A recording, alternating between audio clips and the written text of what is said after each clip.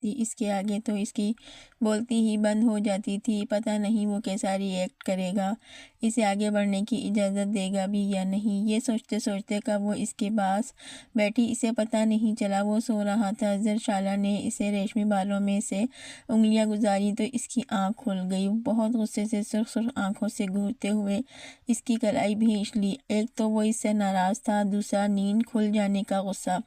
آئندہ مجھے ہاتھ مت لگانا، دور رہا کرو مجھ سے، وہ غصے سے گرایا اور اس کا ہاتھ بے دردی سے جھٹک کر رخ موڑ لیا۔ وہ آئی برو اچکا کر کے کھانے کی طرف متوجہ ہو گئی۔ اب تم میرا چہرہ بھی پڑھنے لگی ہو۔ وہ اس کا دھیان بھٹکانا چاہتا تھا، اسے یہ تو نہیں کہہ سکتا تھا کہ مورد جان کو اس گھر میں لوٹ جانے کا وعدہ دے آیا ہے، جبکہ بابا جان نے یہ شرط رکھی تھی کہ اسفندیار اسی صورت میں گھر میں واپس آ سکتا ہے کہ جب وہ زوفیشا سے نکاح کر لے۔ وہ جانا نہیں چاہتا تھا، مگر مورے کی کنڈیشن نے اسے مجبور کر دیا تھا۔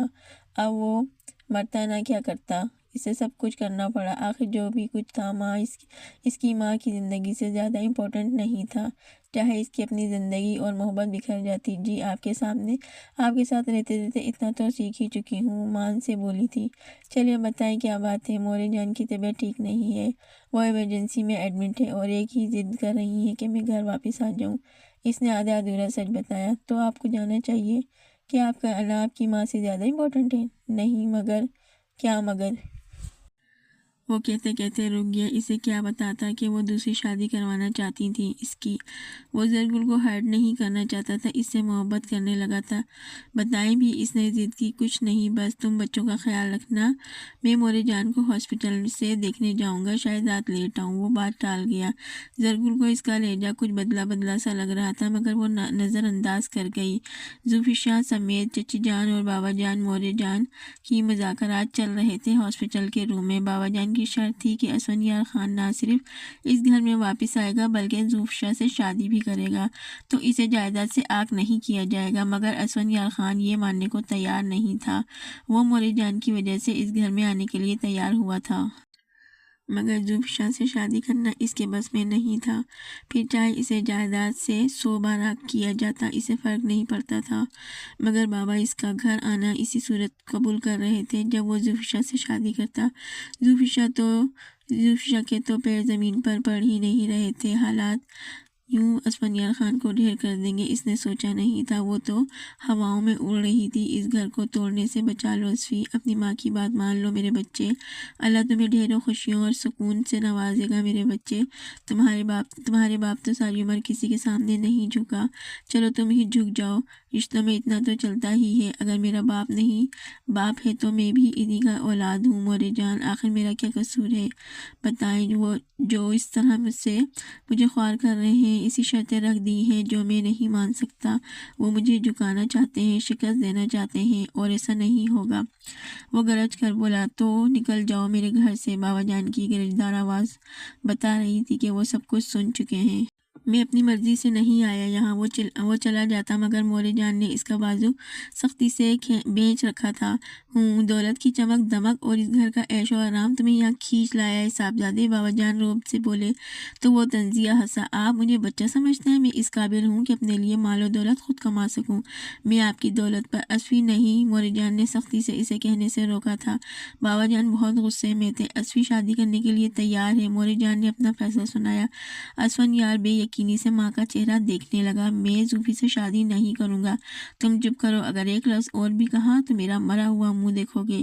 اسفندیار بے بسی سے ان کے چہرے پر چھائی سختی دیکھتا رہ گیا۔ ایک پل میں اس کی زندگی کی کایا پلٹ چکی تھی، وہ افسوس کے سوا اور کچھ نہ کر سکا۔ بابا جان آپ یہ کیسے ہونے دے سکتے ہیں؟ زوفی خدا نخواستہ کوئی گونگی بہری نہیں ہے، اور نہ ہی ہم اتنے مجبور ہوئے ہیں کہ ایک شادی شدہ شخص سے اس کی شادی کر دیں۔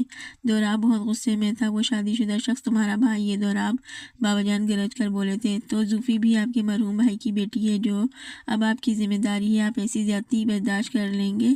اس کے ساتھ وہ چیخ کر بولا، اس کے ساتھ کوئی زیادتی نہیں ہو رہی، اس نے خود رضامندی دی ہے اس نکاح کی۔ بابا جان بھی زوفی کی عزت سے کچھ خاص رضامند نہیں لگ رہے تھے۔ دوراب سن کر بہت غصے سے اٹھ کر وہاں سے چلا گیا اور سیدھا اپنے کمرے میں آیا تھا۔ یہ تمہاری بہن کا دماغ درست ہے کہ کیا ہوا؟ اس کا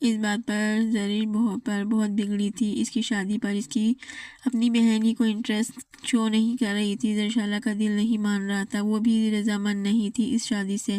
بھلے ہی اسفندیار خان بہت اچھا تھا اور زوفیشا کی پسند تھا، مگر اب وہ شادی شدہ مرد تھا اور اس نے یوسف کے بچوں کی کفالت کا ذمہ بھی لے لیا تھا۔ ایسے میں زوفی کا ایسی دلہن بننا اسے گوارا نہیں تھا۔ زوفی خوبصورت تھی، اس کے لیے ہزاروں رشتے اچھے موجود تھے، مگر وہ یسوی کے لیے مری جا رہی تھی۔ تم نہ خوشی سے مسکرا دینا، ذرا اپنے شوہر کی طرح منہ پھیلا کر گھوم رہی ہو۔